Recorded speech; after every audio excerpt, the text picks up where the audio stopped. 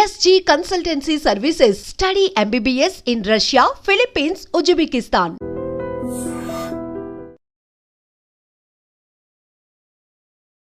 నమస్కారం, welcome to I dream. ధర్మ మార్గం విత్ విజిత కార్యక్రమానికి స్వాగతం.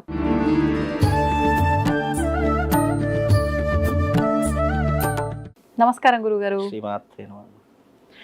గురుగారు, లలితా సహస్రనామం యొక్క పారాయణము అంటే లేడీస్ ప్రత్యేకించి ఆలయాల్లో కానివ్వండి, ఇంట్లో కానివ్వండి, ఒక నలుగురు ఐదుగురు ఒక దగ్గర చేరి ఆ పారాయణం చేయటము, ఇలాంటివి ఈ మధ్యకాలంలో ఎక్కువగా వింటున్నాం.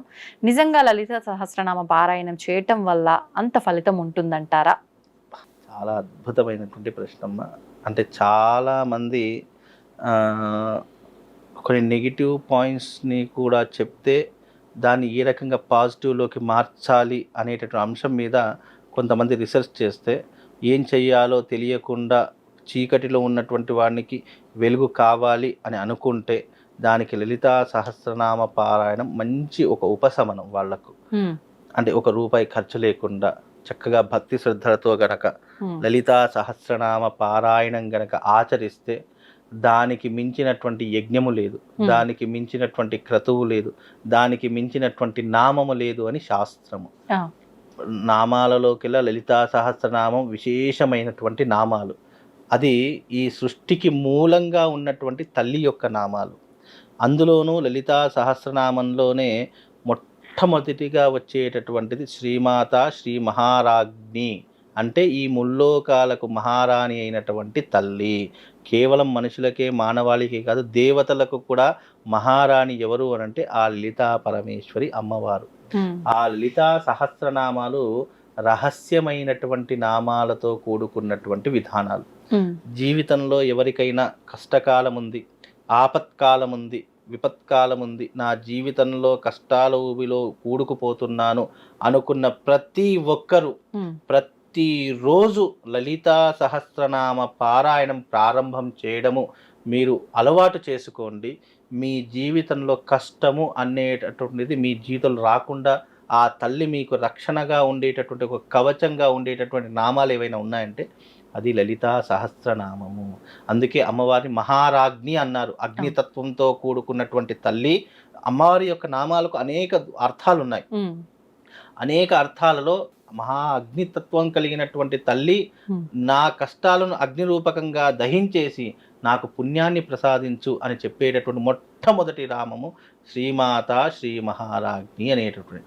శ్రీమాత అన్నదానికి అర్థమైన శ్రీ అంటే మహాలక్ష్మి, మా అంటే సరస్వతీదేవి, మళ్ళీ శ్రీమాత అంటే గనక మాత అన్నదానికి పార్వతీదేవి అని అర్థం. అంటే ముగ్గురమ్మల మూల పుటమ్మ కలిసి ఉన్నటువంటి నామం శ్రీమాత. అందుకే దాన్ని అక్షరంతో ప్రారంభం చేయడం మొదలు పెడతారు.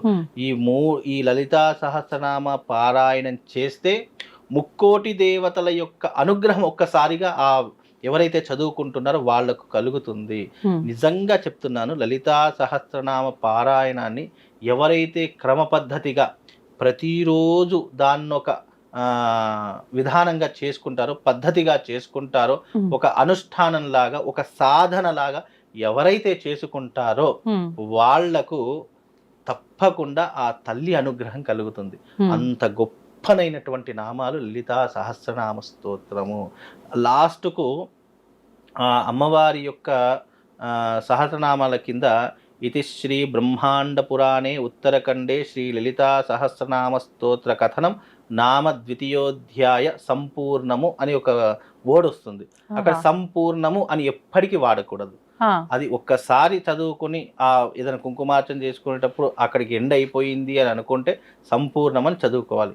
చాలా మట్టుకు దీంట్లో కొన్ని రకాలైనటువంటి పద్ధతులు కొన్ని చెప్పడం జరిగింది వ్యాస భగవానుల వారు. లలితా సహస్రనామం అనేటటువంటిది సంపూర్ణమైనటువంటిది కాదు. మనం ఎప్పుడైతే ఒక క్రతుని ప్రారంభించామో ఆ క్రతు సంపూర్ణంగా అయిపోయిందంటే అక్కడ సంపూర్ణం.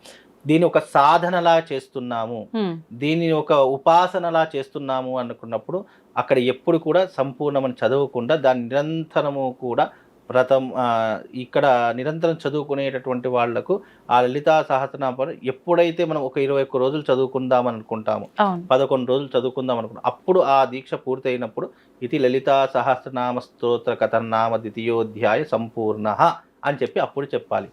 ఈ యొక్క సాధన మనం ఎప్పుడైతే ప్రారంభం చేయడం మొదలు పెడతామో, మొదలు పెట్టినప్పటి నుండి అది పూర్తయ్యేంత వరకు నీ చుట్టూ అమ్మవారు వచ్చి కూర్చుంటుందట. అంత శక్తివంతమైనటువంటి నామాలు లలితా సహస్రనామాలు. ఎప్పుడైతే ఈ లలితా సహస్రనామం చదవడం ప్రారంభమవుతుందో నీ జీవితంలో తెలియకుండానే ఆ తల్లి నీ పక్కన ఉండి నిరంతరము నేను రక్షించేటటువంటి విధంగా ఆ తల్లి నేను రక్షిస్తుందట. ఒక బిడ్డకు తల్లి ఏ రకంగా అడగకుండానే అన్నీ కల్పిస్తుందో, ఒక బిడ్డకు ఆకలి అవుతుంది అని ముందుగా తెలిసే తల్లికి మాత్రమే. అందుకే నా కొడుకు ఎప్పుడు లేస్తాడు, ఎప్పుడు ఆకలి అవుతుంది, ఏ టైంలో తింటాడు అని అన్ని టైం టు టైం టేబుల్ తెలిసినటువంటి వాళ్ళు ఈ సృష్టిలో ఎవరైనా ఉంటారంటే అది కేవలం తల్లికి మాత్రమే. అంత గొప్పనైనటువంటి ఒక జీవానికి కారణమైనటువంటి తల్లికి ఇంత బాధ్యత ఉంటే ఈ సృష్టినే ఏలేటటువంటి తల్లికి ఇంకెంత బాధ్యత ఉంటుంది. కాబట్టి అంత గొప్పనైనటువంటి నామాలు చదవడం అనేటటువంటిది అంత ఆషామాషి వ్యవహారం కాదు.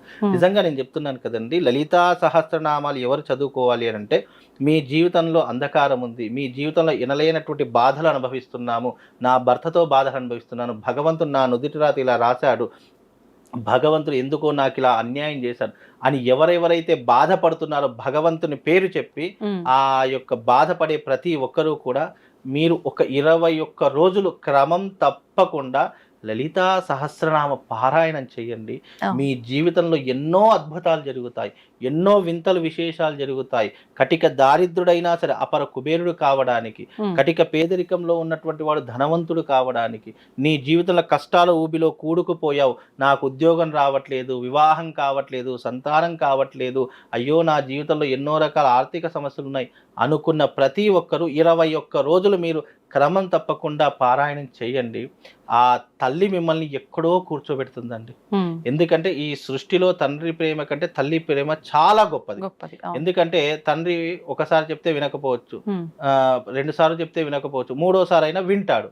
కానీ తల్లికి అలా కాదు. నువ్వు చెప్పక మునిపే నీ జీవితంలో ఉన్న కష్టాన్ని తొలగించేటటువంటి వారు ఎవరైనా ఉన్నారు అంటే ఆ జగన్మాత లలితా పరమేశ్వరి తల్లి. ఇప్పుడు 21 రోజులు పారాయణం చెయ్యాలి అని అన్నారు కదా గురుగారు, మరి 21 రోజులు నియమాలు ఏమైనా పాటించాలా? నేను గత వీడియోలు చెప్పాను, దైవిక పరమైనటువంటి దానికి తప్పకుండా నియమాలు ఉంటాయి.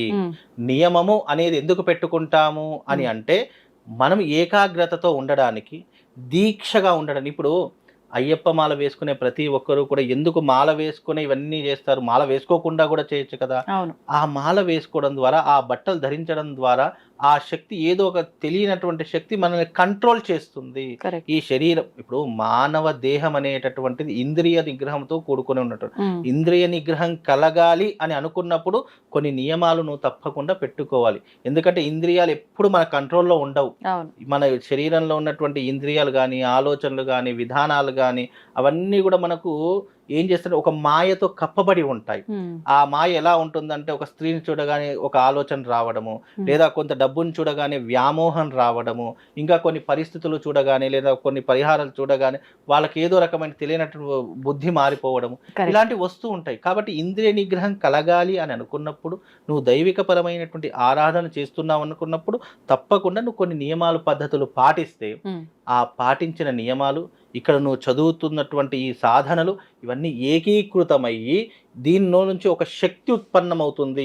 ఆ శక్తి ఉత్పన్నమైనప్పుడు నీ జీవితాన్ని మార్చేటటువంటి బాటగా నేను తీసుకొని వెళ్తుంది. అందుకే లలితా సహస్రనామ పారాయణంలో ఉన్న 1000 నామాలు నీకు ఎన్నో రకాలైన పాపాలను దూరం చేస్తాయి. మగవారు కూడా లలిత పారాయణం చేయొచ్చు, ఎవరైనా చేయొచ్చు. దీంట్లో ఎప్పుడైనా భగవత్ తత్వానికి, భగవంతుని కార్యానికి స్త్రీ పురుష తారతమ్య భేదం లేదు. తప్పకుండా ఎప్పుడైనా భగవత్ తత్వానికి అర్థం ఏంటి అంటే, భగవంతుడు అందరికీ సమానం. ఇప్పుడు డబ్బు అనేటటువంటిది ఎవరికి, స్త్రీకైనా పురుషుడికైనా నపుంసకుడికైనా ఎవరికైనా డబ్బు ఏ రకంగా సరిసమానమో, భగవతత్వం కూడా అదే సరిసమానమైనటువంటిది. భగవతత్వానికి స్త్రీ పురుష తారతమ్య భేదాలు ఉండవు. మగవారైనా చేసుకోవచ్చు. చాలా మంది ఇప్పుడు కొంతమంది పెళ్లి కాని వారు కొన్నిసార్లు వ్రతం చేసుకోవాలి అని అనుకున్నా కూడా కొంతమంది నామోషి పడుతూ ఉంటారు. అయ్యో భార్య లేకుండా కొన్ని వ్రతాలు చేయకూడదేమో, భర్త లేకుండా కొన్ని వ్రతాలు చేయకూడదు స్త్రీలు అనుకోవడము. భగవతత్వానికి అవకాశం ఉంటే తప్పకుండా చేసుకోవాలి. అవకాశం లేకపోతే నువ్వు సింగిల్గా అయినా చేసుకోవచ్చు, దాంట్లో తప్పేం లేదు. చాలా మంది కొన్ని యజ్ఞ యాగాదుల్లో కూడా భర్తలు ఎక్కడో విదేశాల్లో ఉంటారు, కానీ వీళ్ళు యజ్ఞం చేసుకోవాలని సంకల్పం ఉంటుంది. అప్పుడు ఏం చేస్తారు, వాళ్ళ వివాహమైనటువంటి వాళ్ళు వాళ్ళ యొక్క వస్త్రాలను పక్కన పెట్టుకొని వ్రతం చేయడం ప్రారంభం చేయడం, యజ్ఞ యాగాదులు చేయడం ఇలాంటివి చేస్తారు. అంటే భగవంతునికి కావాల్సింది ఏంటంటే ఏకాగ్రత, చిత్తశుద్ధి.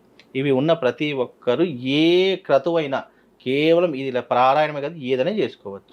కాబట్టి లలితా సహస్రనామ పారాయణం అనేటటువంటిది మనిషిలో ఉన్నటువంటి చైతన్యాన్ని పెంచుతుంది, ధైర్యాన్ని పెంచుతుంది, ఆకర్షణీయమైనటువంటి విధానాన్ని పెంచుతుంది. నువ్వు ఎప్పుడైతే లలితా సహస్రనామం నిరంతరం పారాయణం చేయడం మొదలు పెడతావో నీ నోటిలో వచ్చేటటువంటి శబ్దం ఒక శాసనంలా మారిపోతుంది. శాసనము అంటే ఏంటి, అధికారంగా మారిపోతుంది. అప్పుడు నీ జీవితంలో లలితా సహస్రనామం పారాయణం చేస్తూ వెళ్ళావనుకో, ఎదుటివాడు ఎంత గొప్పవాడైనా ఎంతటి వాడైనా సరే నువ్వు చెప్పిన మాటకు కట్టుబడి ఉంటాడు. అలా మనిషిని ఒక శక్తివంతంగా మార్చేటటువంటి నామాలు లలితా సహస్రనామ పారాయణము. దానిలో ఉన్నటువంటి శక్తి, వైబ్రేషను, దాంట్లో ఉన్నటువంటి తరంగాలు మనిషిని ఒక ఉన్నతమైనటువంటి స్థితిలో కూర్చోబడతాయి. కోపతారి మనుషులనైనా ప్రశాంతంగా మార్చేస్తుంది. మా అబ్బాయి ఊరికే కోపడతాడండి, మా అబ్బాయి చీటికి మాటికి గొడవ పడతాడండి, ఏది మాట్లాడినా తప్పుడు అర్థంగా తీసుకుంటాడు, అనవసరంగా అరుస్తాడు, అనవసరంగా ఇంట్లో ఉన్న వాళ్ళ మీద ఊరికి అరవడం ఇలాంటివి చేస్తూ, అలాంటి వాడైనా సరే లలితా సహస్రనామ పారాయణం చేసి చూడండి, ప్రశాంతంగా అయిపోతాడు. మనసు ప్రశాంతంగా అయిపోతుంది, ఆలోచనలు మారిపోతాయి, బుద్ధి మారిపోతుంది, అన్నీ మారిపోతాయి. అంత గొప్ప, ఇక ఆ నామాలకు సాటి ఇంకొకటి లేదు. కాబట్టి లలితా సహస్రనామ పారాయణం మీ జీవితాన్ని మార్చే అత్యద్భుతమైనటువంటి సాధన. మీ జీవితంలో కష్టకాలంలో ఉన్నారంటే పారాయణం చేయడం మొదలు పెట్టండి. 21 రోజే చేయండి.